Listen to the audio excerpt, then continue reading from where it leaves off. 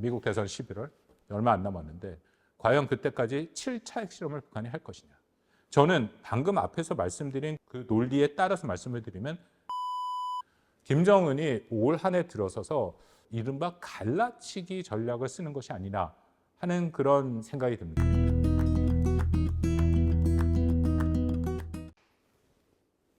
안녕하십니까. 박홍곤의 북한과 세계를 시청해 주시는 여러분께 진심으로 감사드립니다. 오늘은 지난 9월 12일 날 있었고 13일 날 공개된 북한의 김정은 총비서의 우라늄 농축 시설 그 관련된 저의 판단을 말씀드리겠습니다. 전체적으로 이것이 어떤 의미가 있고 과연 왜 이 시점에 김정은이 직접 이 시설을 공개했는지 배경, 목표 그런 것들을 좀 말씀드리려고 하고요.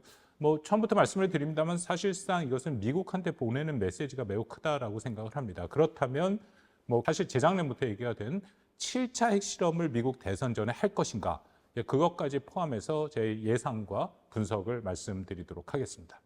일단 9월 13일 날 공개가 됐죠. 12일 날 현지 지도 형식으로 김정은이 직접 핵무기 연구소와 핵무기급 핵물질 생산 시설을 현지 지도했다라고 북한의 조선중앙통신과 노동신문이 다 보도를 했습니다. 그러면서 김정은이 이 시설을 보면서 이런 얘기를 했다라고 알려지고 있죠. 이것은 북한에서 보도된 내용인데 정말 이것은 보기만 해도 힘이 난다. 핵물질 생산을 줄기차게 벌여나가고 있는 데를 보고를 받고 커다란 만족을 표했다. 보도가 됐습니다. 이 시설은 일부 보도에서 이미 나왔습니다만 북한이 한 번도 공개한 적이 없습니다. 일부 우라늄 농축 시설이라는 것은 영변 핵 단지에 있는 것을 2010년에 그 미국의 지크 프리더 해커 박사죠. 핵 전문가. 7번인가 8번 북한을 방문한 거로 알고 있는데 2010년에 갔을 때 자신들의 이 고농축 우라늄 농축 시설을 보여준 것이 유일합니다. 그 이후에는 전혀 얘기를 해주지 않았고요. 다만 이 부분에 있어서 한미 정보 당국은 여러 군데를 놓고 가능성을 얘기를 하고 있죠. 아마 이번에 보여준 곳은 여러 군데 있다라고 알려져 있습니다만 일단 확인된 것은 아까 말씀드린 지크 프리더 해커 박사가 가서 본 것은 영변이고요. 이번에 보여준 것은 평양 근처에 있는 강선이지 않을까 이제 그런 추측이 나옵니다. 물론 제 생각에 정부 당국은 확실히 판단을 하고 있을 거라고 생각합니다만 민간 연구자인 제가 생각하기에 영변이 아닐 가능성에 대해서 조심스럽게 말씀을 드리면 일단 시설이 굉장히 새 겁니다.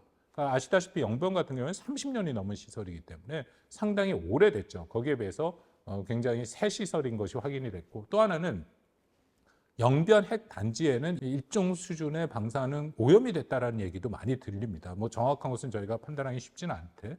그렇다면은 북한의 가장 중요한 수령인 김정은이 그것에 직접 가서 현지 지도를 한다라는 것은 매우 제한된다. 물론 고농축 우라늄 시설은 플루토늄 시설과는 다르게 이 방사능이 유출되거나 할 가능성이 매우 낮습니다. 그렇기 때문에 방호복 같은 것도 필요 없게 볼 수 있죠. 그럼에도 여러 가지 안위를 생각해서 영변보다는 이쪽 강선이지 않을까 하는 것이 일종의 추정으로 말씀을 드립니다. 중요한 것은 이 고농축 우라늄 시설에 대해서 잠깐 말씀을 드리면 핵무기를 만들기 위해서는 핵물질이 필요하죠. 그 핵물질을 만드는 두 가지 방법이 있습니다. 하나는 원자로에서 나오는 플루토늄을 재처리하는 것이죠. 우리도 원자력 발전을 하기 때문에 플루토늄이라는 연료를 쓰고 나서 나중에 그 폐연료봉을 재처리하는 과정에서 무기급을 만들 수 있는 거고요. 또 하나는 북한이 이번에 공개한 것처럼 이 우라늄인데요. 이 우라늄이 일반 자연적인 상태에서는 매우 미량밖에 없습니다. 아주 미소한 양이죠. 그래서 그것을 고농축을 해서 무기급에 필요한 물질들을 만들어내는 두 가지 형태가 있다. 북한에서는 핵 위기가 발생했을 때 당연히 영변 원자로에 있는 플루토늄 재처리를 얘기했었는데 아까 말씀드린 2010년 해커 박사 그 이후에도 그 이전부터도 사실 고농축 우라늄 시설들을 운영한 것으로 알려져 있습니다. 지난 1994년에 미국과 북한 사이에 맺은 제네바 합의가 깨지는 과정에서도 바로 이 고농축 우라늄의 존재 여부가 가장 핵심적인 요소가 됐었죠. 그만큼 북한의 입장에서는 이제 두 가지 형태의 무기급 핵물질을 만드는 그 시설을 운영하고 있다는 것은 확인된 것입니다. 북한이 발표한 이유를 한번 살펴보겠습니다. 북한 스스로 이 시설을 통해서 자신들의 어떤 목표를 밝혔는데요. 첫 번째는 당연히 핵물질을 증대한다. 핵물질을 증대한다는 것은 핵무기 수를 늘리는 거죠. 여기에 대해서는 아주 북한 발표에 명확히 나와 있습니다. 전술핵 무기 제작에 필요한 핵물질 생산에 총력을 집중하라라고 이제 김정은이 지시했다라는 것이 보도가 됐고요. 또 원심 분리기 대수를 더 늘려라.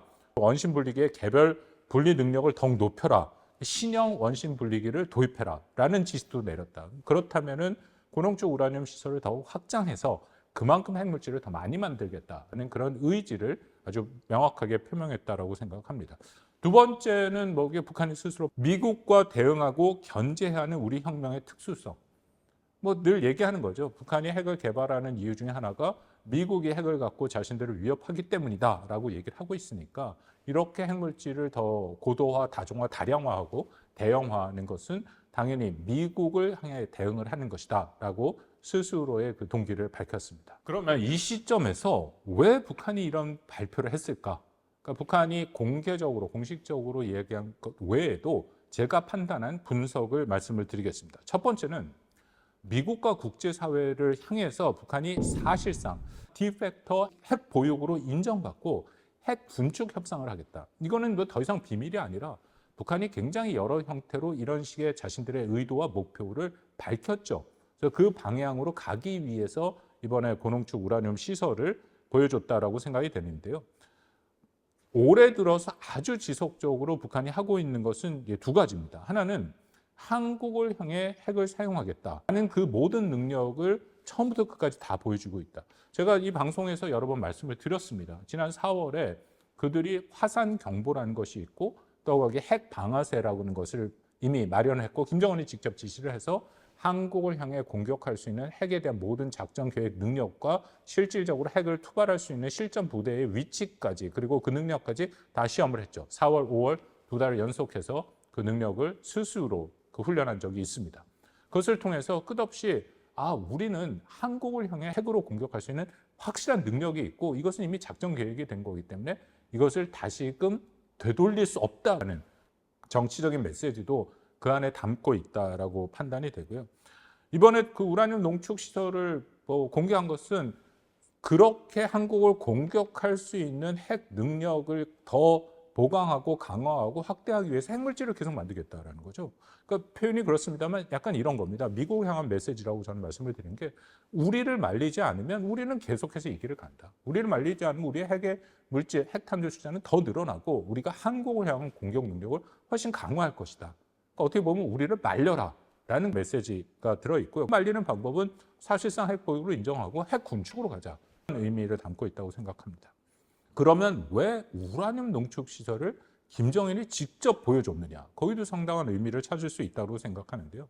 첫 번째는 우라늄 농축 시설은 은폐가 용이합니다. 그 의미는 대규모 시설이 필요치 않다라는 것이죠. 영변에 있는 플루토늄 시설 같은 경우에는 원자로도 있어야 되고 냉각탑도 있어야 되기 때문에 은폐가 사실상 불가능합니다. 반면에 이런 고농축 우라늄 시설은 굉장히 적은 규모의 시설에서 충분히 가동이 가능하다. 이전에 남아프리카 공화국이 이 고농축 우라늄을 통해서 핵 개발한 적이 있었는데요. 나중에 그들이 다 포기하고 사찰을 받는 과정에서 보니까 무슨 동물원 밑에 그걸 만들어 놨다. 그런 상황도 가능하다라는 겁니다. 그래서 은폐가 가능하다라는 그런 시설을 일부러 보여줌으로써 이 핵을 없앨 수 없다라는 것을 보여준다. 그러니까 북한에 강산 외에도 여러 군데 한 4-5군데 더 있는 것으로 첩보 상에서 알려지고 있는데요. 미국이 이미 파악하고 있다라는 얘기가 들리는데 이런 은폐가 가능한 시설이 북한에 많이 있기 때문에 이것을 다 없앨 수 없다라는 메시지. 그렇기 때문에 결국은 핵 군축으로 가야 된다. 완전한 북한의 비핵화라는 것은 비현실적이다. 그런 메시지를 담고 있고요. 또 하나는 고농축 우라늄 시설은 김정은에게는 어떻게 보면 일종의 트라우마 같은 것이죠. 2019년 2월입니다. 하노이에서 당시에 미북 정상회담을 했었는데 그 당시에 트럼프 대통령이 협상을 하면서 김정은에게 이 핵 물질 생산 시설을 다 공개해라. 그것을 신고하고 그것을 사찰을 하자라는 것을 조건으로 내세웠습니다. 그런데 김정은은 거기에 대해서 답을 주지 않았죠. 그리고 영변의 시설을 얘기했는데 그것도 정확하게 얘기를 하지 않았기 때문에 트럼프 대통령이 협상을 깨고 나오니까 그때 당시 최선희 부상을 보내서 영변 핵시설 전체를 자신들이 신고하고 사찰하고 거기에는 IAEA뿐만 아니라 미국의 사찰단이 같이 들어오는 것을 동의한다는 얘기를 했고 근데 여전히 고농축 우라늄 시설에 대해서는 공개를 거부한 바가 있습니다. 그런데 이번에 김정은이 그렇게 공개를 안 하고 지금까지 안 보여주고 했던 것을 직접 자신이 나서서 보여줬다는 것은 그만큼 이런 의미가 있다고 생각합니다. 미국과 다시 협상하더라도 이 고농축 우라늄 시설을 포기할 생각 없다. 2019년에 우리한테 그것을 요구했지. 있어. 봐. 분명하게 있어. 그렇지만 우리 앞으로도 이거 포기할 생각 없어. 그런 메시지를 담고 있다. 어떻게 보면은 그때 김정은 입장에서는 좀 역습을 당했다. 그렇게 표현한다면 이것을 다시금 돌려주는 그런 또 정치적인 상징성 의미가 담겨 있지 않는가 하는 게 저의 판단이고요. 세 번째가 제일 불편한 얘기인데 김정은이 일종의 별의 순간을 잡았다라고 본인이 판단할 수가 있습니다. 이게 무슨 말씀이냐면 미국 내 현재 여론이 북한의 완전한 비핵화는 비현실적이다. 그런 얘기가 계속 들립니다. 이게 무슨 말씀이냐면 7월, 8월 미국의 공화당, 그다음에 민주당 전당대회가 있었죠. 그다음에 정강 정책이 그때 나왔습니다. 양당 정강 정책에 북한의 완전한 비핵화 혹은 한반도의 비핵화라는 얘기가 다 빠졌습니다. 2020년 대선, 2016년 대선에 명백하게 북한의 비핵화라는 얘기가 들어갔었는데 이번에 다 빠졌다라는 것이죠. 다양한 해석이 그 당시에 제기가 됐습니다만 예를 들어서 민주당은 왜 뺐는지 아주 명확하게 얘기를 했습니다. 이 민주당 정강 정책에 직접 참여했던 콜린 칼 전 미 국방부 정책 차관이 브리핑에서 얘기를 했는데 뭐라고 얘기했냐면 그 질문이 나왔어요. 북한 비핵화 왜 빠졌냐 했더니 이렇게 얘기했습니다. 당장 이루어지기 어렵다는 현실적인 문제인식 때문이다. 그런 얘기를 했습니다. 그 의미는 현재 미국 내 워싱턴 내 민주공화당의 핵심 전략가들 생각에도 북한의 완전한 비핵화는 어렵다. 비현실적이다라는 생각이 있다라는 것이죠. 그게 심지어는 정강 정책에도 반영이 되고 있다. 물론 그렇다고 북한의 핵을 인정해 주겠다는 얘기는 전혀 아니고 콜린 칼의 그 브리핑을 다 들어보면 북한의 완전한 비핵화라는 것이 비현실적이기 때문에 현재로서는 북한의 핵을 억제하는 데 중점을 둬야 된다. 그것을 한미가 확장 억제를 통해 강화한다. 그 능력이 커질수록 북한이 오히려 핵 협상장에 나올 가능성이 크다. 그런 얘기를 하고 있는데 그래도 어쨌든 그들의 인식의 출발점에서는 북한의 비핵화라는 것이 현실적으로 굉장히 어렵다라는 것을 인정했다는 것이죠. 제가 별의 순간이라고 말씀을 드린 게 김정은이 원하는 게 바로 이런 겁니다. 김정은이 끊임없이 핵을 개발하면서 하는 얘기가 북한의 비핵화 안 하고 핵 군축으로 하겠다. 사실 근데 핵 군축이라는 개념도 정확하게 따지면 이게 학술적인 의미에서는 핵 군축의 최종 단계는 핵을 완전히 없애는 겁니다. 그렇지만 현실적으로 그것이 이루어지지 않았죠. 통용되는 핵 군축이라는 것은 상대방에게 일정 수준의 핵을 보유하는 것을 인정해 준 상태에서 그 다음에 핵을 줄여나가는 것이다. 이제 그런 것이 일반적으로 통용되는 개념이기 때문에 핵 군축이라는 것을 얘기하는 것은 사실상 북한의 핵 보유를 인정하는 꼴이 됩니다. 그렇기 때문에 우리가 핵 군축이라는 표현을 쓰면 안 된다라고 얘기를 하는 거예요. 측면에서 북한의 김정은은 당연히 사실상 핵 보유를 인정받은 의미가 있는 핵 군축으로 들어가겠다. 가능성이 없지 않습니다. 어떻게 보면 가능성이 커졌다라고 북한은 판단할 여지가 있죠. 그렇기 때문에 이런 상황에서 자신의 고농축 우라늄을 보여주고 더욱더 미국한테 보내는 메시지는 우리가 이런 시설까지 있었고 이제는 이 시설이 공개할 정도로 우리가 이런 시설을 충분히 갖고 있기 때문에 미국이 원하는 완전한 북한의 비핵화라는 것은 말이 안 되는 것이다 라는 메시지를 명확히 보여주고 있다라고 생각을 합니다. 그러면 연계해서 하나를 더 말씀을 드리겠습니다. 미국 대선 11월 얼마 안 남았는데 과연 그때까지 7차 핵실험을 북한이 할 것이냐. 저는 방금 앞에서 말씀드린 그 논리에 따라서 말씀을 드리면 가능성이 오히려 낮아지고 있다고 생각합니다. 김정은이 올 한 해 들어서서 조금 조심스럽긴 한데요. 이른바 갈라치기 전략을 쓰는 것이 아니나 생각이 듭니다. 이게 무슨 말씀이냐면 북한이 한국을 향해서는 명백하게 일종의 배합전을 하겠다. 배합전이라는 게 이런 겁니다. 앞서 찍은 동영상에도 그 자세한 설명이 있는데요. 배합전이라는 것은 재래식 전쟁과 핵 전쟁을 말 그대로 배합해서 하겠다. 그렇기 때문에 한반도에 뭔가 전쟁이 일어나면 자신들은 재래식 전쟁 상태에서도 바로 핵 전쟁으로 확산하겠다라는 게 그들의 생각입니다. 그만큼 긴장 수위를 높이는 그런 행위를 하고 있다라고 볼 수 있는 것이죠.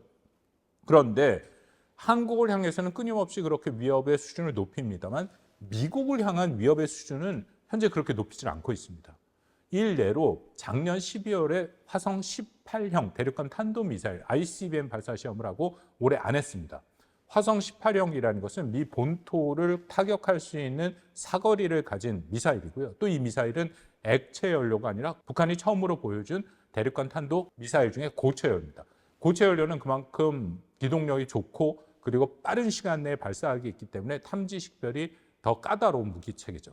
그리고 뭐 이거는 100% 확인된 부분은 아닙니다만 다탄두 탄핵을 개발하려고 하는 그 가능성까지 포함되고 있다라고 그렇게 분석은 되고 있습니다. 그런데 올 한 해 들어서는 북한이 미국 본토를 직접 타격하고 공격할 수 있는 그런 대륙간 탄도미사일 발사 실험을 안 하고 있다. 그 의미는 미 본토에 대한 직접 공격의 능력, 타격 능력을 보여주는 것보다는 자신들의 잠재적 능력을 보여주는데 좀 초점을 맞추고 있다라고 볼 수 있는 거죠. 고농축 우라늄 대표적인 겁니다. 그냥 있으면 그만큼 자신들의 핵 탄두가 늘어나겠다. 그렇지만 이것이 바로 미 본토를 공격하는 그런 직접적인 어떤 타격 수단을 보여주는 것은 아니고요. 또 하나 이런 말씀을 드리는 게 지난 9월 8일 날 김정은이 직접 현지 지도를 한 것 중에 하나가 이 국방공업기업소에서 대륙간 탄도미사일 발사 차량을 보여준 적이 있습니다. 여기 발사 차량에 바퀴가 12축짜리 바퀴를 보여줬는데 이전에 대륙간 탄도미사일의 최대치가 11축이었습니다. 그렇기 때문에 12축이라는 것은 아직까지 보여준 적이 없는 미사일을 얹는 그런 발사대거든요. 신형 미사일이 있다는 것을 암시하고 있다고 생각합니다. 아마도 조심스럽지만 화성 18형 고체형을 개량해서 더 큰 형태로 만들었지 않을까 하는 게 제 생각이긴 합니다만 이것도 직접 보여주지 않고 일단 발사 차량을 보여줌으로써 대륙간 탄도미사일을 통한 미국의 본토 타격 능력을 자신들이 계속 개발하고 있다는 것을 보여주는 거죠. 정리해서 말씀드리겠습니다. 갈라치기라는 거 한국에 대해서는 직접적인 타격의 위협을 아주 본격적으로 노골적으로 보여주는 반면에 미국에 대해서는 잠재적 능력을 보여주고 있다. 그만큼 미국에 대해서는 일정 수준 김정은이 좀 이렇게 위협의 수준을 통제하고 있지 않은가. 그렇다면 제 분석이 맞다면 북한이 매우 영리한 행동을 하고 있다고 생각합니다. 일부러 현재 상황에서 미국 내부의 여론을 잘 아니까 여기서 더 긴장을 고조시키면 오히려 자신들한테 불리할 수 있다는 생각을 할 수 있다는 거죠. 만약에 여기서 7차 핵실험을 하거나 대륙간 탄도미사일 발사 시험을 하거나 하면은 미국 대선 국면에서 민주당은 트럼프한테 공격을 할 겁니다. 저렇게 미 본토를 직접 위험하게 공격하는 지도자와의 친분을 얘기하는 게 말이 되냐. 그러면 트럼프도 일종의 거기에 대해서는 수세니까 김정은에 대한 비판 여론이 커질 수 있고 그렇다면 전반적으로 미국 내에서 북한의 완전한 비핵화를 일정 수준 수용해야 되지 그것이 비현실적이지 않느냐라는 얘기가 오히려 줄어들고 북한에 대해서 보다 강경한 정책, 더 확실한 제재 쪽으로 넘어갈 수도 있다는 거죠. 그래서 현재 상황에서는 좀 상황들을 보고 그렇게 신중한 형태로 가는 것이 아닌가 하는 것이 저의 조심스러운 추정입니다. 물론 이러다가 북한이 대륙간 탄도미사일 발사 시험을 할 수도 있겠지만 그렇게 할 경우에는 저는 앞에서 말씀드린 이유 때문에 패착이 될 것이다. 만약 안 한다면 제가 말씀드린 것처럼 그만큼 정교하게 접근하고 있다라는 생각이 듭니다. 또 하나 7차 핵실험에 대해서 북한이 부담을 갖고 있는 것은 중국 때문이라고 생각합니다. 벌써 재작년부터 북한이 7차 핵실험의 가능성이 있다라고 한미 정보당국이 판단하고 있는데 그때부터 지금까지 계속해서 북한이 7차 핵실험을 실질적으로 하지 않은 데는 여러 가지 이유가 있겠습니다만 그중에 하나는 역시 중국 변수가 있지 않을까. 더 이상 숨길 수 없을 정도의 북중 간의 이상 기류는 확인이 되고 더군다나 올해 정상화 75주년이고요. 9월 달 다 지나가고 이런 상황에서 과연 시진핑과 김정은, 시진핑과의 정상회담이 가능할까? 별로 아닐 가능성이 높다라고 생각을 합니다. 10월 달에 최고인민회의 이미 공고가 돼 있는 상태고 11월 넘어가기 시작하면 북한도 이른바 총화를 하고 그 와중에 만날 수 있을까? 뭐 어쨌든 그 북중 간에 만약 이번에 유의미한 어떤 행사가 없다면 확실하게 양 관계가 편하지 않다라는 것을 방증한다고 생각을 합니다. 그런 의미에서 만약에 북한이 7차 핵실험을 감행을 한다면 중국과의 관계가 더 안 좋아지겠죠. 중국은 작년 11월에 바이든 시진핑 정상회담 이후에 뭐 미국도 마찬가지입니다만 최소한 미국의 대선이 있는 올 한 해 동안은 미중 관계를 일정 수준 관리하자라는 것에 동의가 됐다고 봅니다. 중국 내부도 여러 가지 어려운 상황이 크죠. 경제적인 상황이 매우 안 좋기 때문에 여기서 미국과의 경제적인 측면이나 전략적 경쟁에서 훨씬 더 전면전을 하는 것은 부담이 된다. 그렇다면 안정적으로 관리를 하겠다라는 그런 입장이 있기 때문에 고위 관료의 상호 방문도 이루어지고 핫라인도 다시 구성이 되고 이제 그런 모습들을 보이고 있는데요. 만약 여기서 북한이 7차 핵실험을 감행해 버린다 하면은 미국 내에서는 여전히 북한 핵 문제가 중국 때문이다라는 얘기를 합니다. 중국 책임론이 불거질 수 있습니다. 이런 거죠. 중국이 북한에 대해서 충분한 영향력을 갖고 있는데 못하는 것이 아니라 막지 않기 때문에 북한이 7차 핵실험을 했다. 이건 중국 탓이다. 미국 대선 국면에서 민주공화 양당 공이 중국 때리기는 계속됩니다. 양강의 정강정책의 차이와 강도는 있지만 중국에 대해서는 굉장히 강경한 정책을 양당 모두 이미 공표해 놓은 상태죠. 이런 상황에서 7차 핵실험의 책임론을 중국한테 돌린다면 훨씬 더 강경한 중국 대리가 될 가능성이 있다. 이것은 중국이 원치 않는다는 것이죠. 그렇기 때문에 7차 핵실험의 가능성이 크지 않다. 결론을 내리겠습니다. 그럼 도대체 북한이 이렇게 하는 것은 본인들에게 정말 유리한 판으로 이끌어가느냐. 아까 별의 순간도 말씀을 드렸는데 저는 북한의 별의 순간이 온다고 생각하지 않습니다. 오히려 이것은 북한의 오판이 될 가능성이 더 크다라고 생각을 합니다. 정말 북한이 핵을 사용한다면 이것은 한미가 여러 차례 얘기한 정권의 종말입니다. 그렇기 때문에 김정은이 핵을 한국을 향해 사용할 수 없습니다. 물론 미국을 향해 사용할 수도 없는 것도 마찬가지고요. 그리고 이런 핵을 통한 강압적인 외교 수단도 한계가 있습니다. 왜냐하면 한미가 갖고 있는 능력을 통해서 북한을 억제할 수 있다는 것이죠. 그냥 정권의 종말을 얘기하는 것은 아닙니다. 이것도 앞에서 제가 동영상에서 자세하게 여러 번 설명을 드렸습니다만 한미가 김정은에 대해서 확실한 타격 능력을 갖고 있다. 물론 이것을 참수작전이라고 얘기하는 것은 매우 잘못된 건데요. 모든 현대전에서 전쟁이 나면 적의 주요 지휘부를 타격하게 돼 있습니다. 그것을 영어로는 이제 highly valued target이라고 주요 지휘부 제거 작전이죠. 거기에 한국과 미국은 탁월한 능력이 있다는 것을 김정은이 누구보다 잘 압니다. 이런 상황에서 그들이 활용하는 핵 강압이라든지 그것이 얼마만큼 작동할 것인지에 대해서는 저는 상당 부분 의구심이 되고요. 그리고 일부에서 말하는 것처럼 정말 미국이 공화당이 됐던 아니면 민주당이 됐던 핵 군축으로 들어갈 것이냐 거기에도 저는 상당한 제한이 있습니다. 핵 군축으로 들어가는 순간 1968년 이후에 만들어진 비확산 체제 거기에는 미국을 포함한 중국도 들어가고요. 러시아도 들어가고 5대 핵 강국의 핵 독점권이 무너지는 상황이 올 텐데 과연 그런 선택을 할 수 있을 것이냐.